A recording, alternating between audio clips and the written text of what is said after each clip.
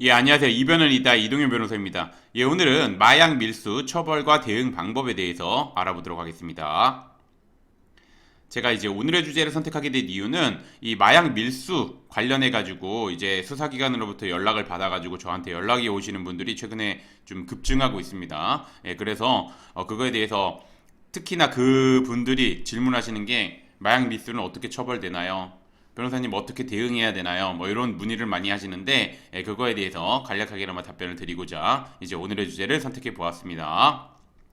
우선 들어가기 앞서 마약 밀수 어떻게 처벌되는지 한번 보게 되면 마약 밀수를 하다가 적발되면 마약류 관리에 관한 법률이 적용되어 무기 또는 5년 이상의 징역에 수출 이렇게 처하게 되는데 수출입 등을 한 마약의 가액이 500만 원 이상인 경우에는 특정 범죄 가중 처벌 등에 관한 법률이 적용되어서 더욱 엄중하게 처벌됩니다. 그래서 보시게 되면 500만 원 이상, 5천만 원 미만이면 무기 또는 7년 이상의 징역, 굉장히 엄중하게 규정돼 있죠. 5천만 원 이상이면 무기 또는 10년 이상의 징역에 처해지므로 정말 주의하셔야 되고 잘 대응하셔야 됩니다. 그래서 이제 오늘의 주제를 보게 되면 마약 밀수 대응 방법, 마약 밀수가 문제된 경우 마약이라는 사실을 몰랐다면, 그 다음에 마약이라는 사실을 알았다면 이 두 가지로 나누어서 대응 방법이 나누어집니다. 보시게 되면 피해자는 우선 모르는 경우, 마약이라는 사실을 모르는 경우 마약 배달을 요청한 사람과 주고받은 메시지 내용 등 객관적인 자료를 바탕으로 마약이라는 사실을 전혀 몰랐다며 고의가 없었다. 이 점에 대해서 법률적인 관점에서 논리적이고 합리적으로 주장해야지 혐의를 벗을 수 있습니다. 제가 누누이 말씀드리지만 수사기관에서 우선은 이 마약 밀수 관련해서 조사를 하는 경우 객관적인 자료가 있거나 공범자의 진술 등 뭐 그런 자료들이 있는 경우가 많습니다. 그렇기 때문에 이런 주장을 하기 위해서는 정말 논리적이고 법률적인 관점에서 논리적이고 합리적으로 주장해야 되며 여기 지금에 제가 보면 되게 간단하게 적어놨지만 여러 정황들에 비춰볼 때 몰랐다는 사실 그거를 입증할 수 있는 자료와 함께 그런 주장들을 해야 됩니다. 당연히 무작정 주장하는 게 아니라 법률적인 관점에서 논리적이고 합리적으로 주장해야 됩니다. 이거 정확하게 알아주셨으면 좋겠습니다. 왜냐면 이렇게 그냥 무작정 주장하시는 분들이 있는데 이렇게 무작정 주장하면 이건 안 먹힙니다. 잘 아셨으면 좋겠습니다. 그 다음에 이제 마약이라는 사실을 알았다면 피해자는 혐의를 모두 인정하는 한편 알고 있는 범위 내에서 마약 배달을 요청한 상선 등에 대해서 구체적으로 진술해야 됩니다.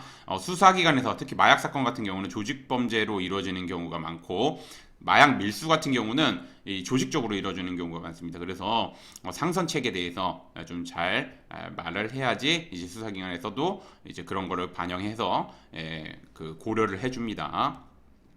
그런 거 잘 알아주셨으면 좋겠고 그런 뒤 피해자는 반성문 탄원서 등 각종 양형 자료를 바탕으로 경제적 어려움을 겪고 있던 중 마약 상성 체계 여러 번의 설득 끝에 잘못된 판단으로 밀수하게 되었으나 진심으로 반성하고 있다는 점 이런 거를 좀 최대한 어필하면서 최대한 선처를 구해야 됩니다. 근데 제가 아까도 말씀드렸지만 마약 밀수 처벌수익이 굉장히 높기 때문에 정말 잘 대응해야 됩니다. 그리고 혐의를 인정하는 경우에도 어떻게 대응하느냐에 따라서 결과가 확연히 달라지기 때문에 이것도 잘 알아두셨으면 좋겠습니다.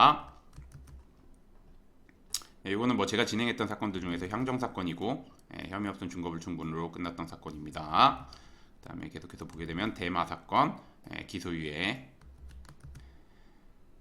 그다음에 요거는 이제 그 향정 사건 필로폰 요거 죄명이 여러 개였는데 뭐 매수 지금 여기 매수만 찍혔지만 이 1번 보듯이 매수 투약 그다음에 이제 뭐 소지 그런 게 있었는데 보시면 아시겠지만 굉장히 가벼운 벌금형 되게 가벼운 벌금형 받았습니다. 그래서 오늘의 주제를 좀 정리를 하자면 마약 밀수 사건이 문제된 경우 수사기관은 증거인멸 및 도주 우려가 있다는 이유로 구속수사를 하는 경우가 정말 많습니다. 거의 웬만하면 구속수사를 한다고 보시면 됩니다. 그렇기 때문에 마약 밀수는 자칫 잘못되면 엄중한 징역형이 선고 뿐만 아니라 마약 밀수는 잘못되면 엄중한 징역형이 선고될 수 있습니다. 그렇기 때문에 좀 적극적으로 대응해야 하는 면이 있고 제가 앞서 언급했듯이 혐의를 인정하는 경우에도 결과가 확연하게 달라지고 그 다음에 처벌 수위가 굉장히 높게 규정되어 있는 만큼 변호사님 조력을 받아서 변호사님 도움을 받아서 적극적으로 대응하는 것이 필요합니다. 그리고 제가 누누이 말씀드리지만 변호사님 도움을 받으실 때는 마약 사건 많이 다뤄본 변호사님 그리고 마약 사건으로 좋은 결과를 도출해낸 변호사님의 도움을 받는 것이 좋습니다. 예, 오늘의 주제는 여기까지 마치겠고, 예, 저는 이변은 이따의 이동현 변호사였습니다. 예, 감사합니다.